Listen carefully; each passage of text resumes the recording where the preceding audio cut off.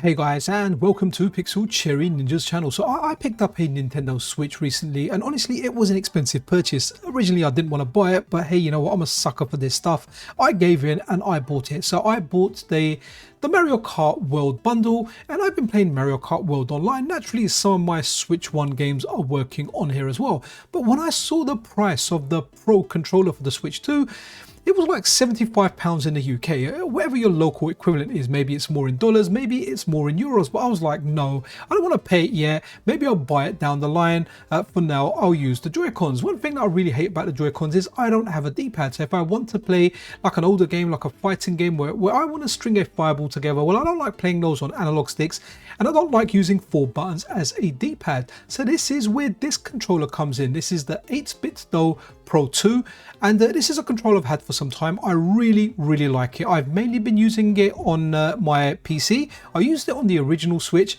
from time to time, and as well as that I used it on a device called the MiSTerFPGA. If you guys are familiar with that, it's an FPGA retro gaming console, and it works really well. Oh, as well as that I've been using it on the analog pockets. That's a very versatile controller. So when I heard 8-bit did an update to allow it to work for the Switch 2, naturally I wanted to try it out, and overall guys, I'm very pleased with the results that I got, and I feel like I don't need a Pro controller. Now this has like 95% of the functionality. There's a couple of things that the Pro controller does that this doesn't quite do, but honestly it doesn't really matter because they're very minor things. One of them you can access through a menu, and the other is just pressing a button on the Switch when you want to launch. So guys, before we go further, and if you're enjoying this kind of content, then a subscription and a like is super duper appreciated. But let's have a look at some of the stuff with this controller.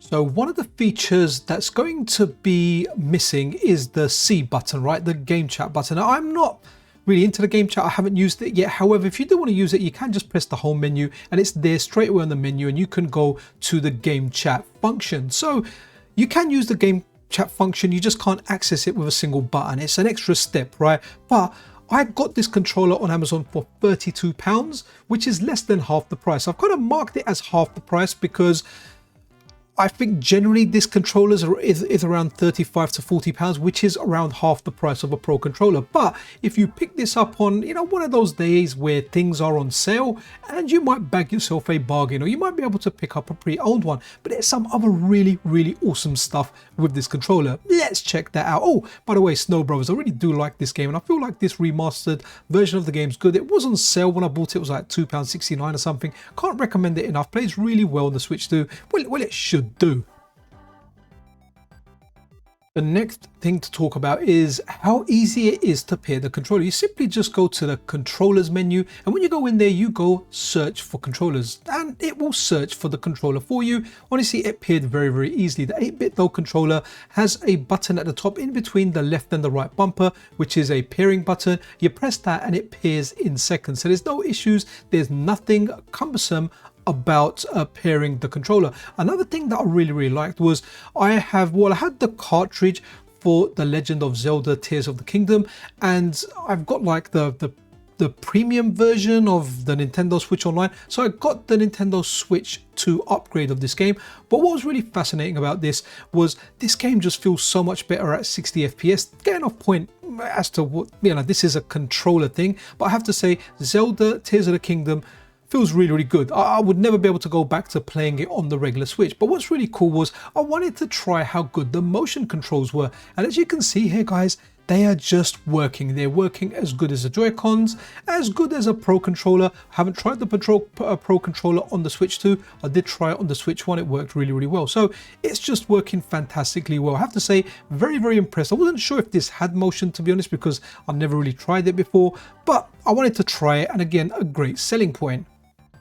Please don't judge me for bad gameplay, but this is a game called Fast Fusion. I do want to play it a little bit more. It's like £13 or £14, and it is a day one Switch 2 exclusive. I don't think it's out for anything else. I really wish if this had online multiplayer. It doesn't, but again, playing it with this controller just feels absolutely fab. Final thing that I want to point out here, and I think this is really good. So, you know, whenever you get a controller and you want to pair it to different devices, you have to keep pairing it. This one has 4 switches on the back: Switch, Android, Dinput, and X input. So for example, now I've currently got it paired on the Switch. It's difficult doing this while trying to do it on camera. If I want to go back to say the analog pocket, which is on X input, I just flick it back to X and it's working there. And I just swap it between the two. Go back to the S function and it will go back to Switch. There's two Pro buttons on the back as well. And another really good thing, again, really difficult doing this while trying to get it all on camera, but the battery on this. The battery is simply removable. It's not like the batteries we get these days. You can simply pull over the cover and you've got a rechargeable battery in there. Now you never have to open that cover. You can just recharge it via USB Type-C. So the same charger that you use to plug your Nintendo Switch, you can use to charge this controller. But what's really cool as well is if, say for example, 5 years down the line, your battery, well, batteries are consumables, it's not working.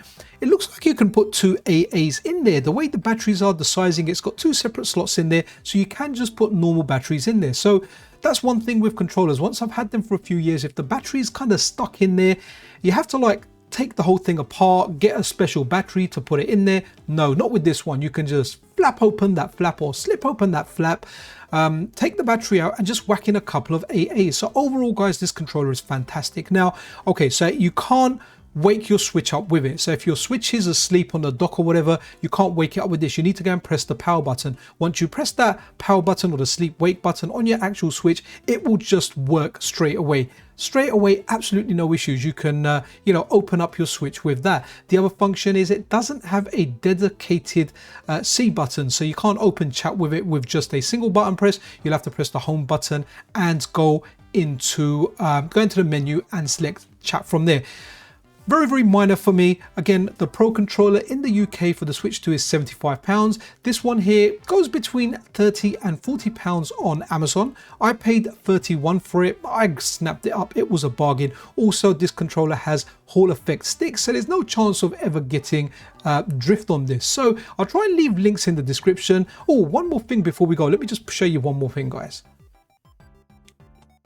So if you do have this controller, there is an 8-bit Do update app. I'll leave a link to it in the description because my one, I hadn't updated it for a while, but naturally to get it to work with the Nintendo Switch 2, I needed to run an update. And it's very simple. Once you run the software, just connect it to your PC, connect the USB Type-C cable into your device, and there you go, you've got firmware update. Now it probably won't let me do an update, no, because I am on the latest version, but initially when I ran it, it said you've got like firmware 1.0 something. I hadn't updated it for a couple of years, I never needed to, and then it updated it to the latest version. So just make sure you do update it to the latest version and it will give you all the features that you saw here that you can use with your brand new Nintendo Switch 2.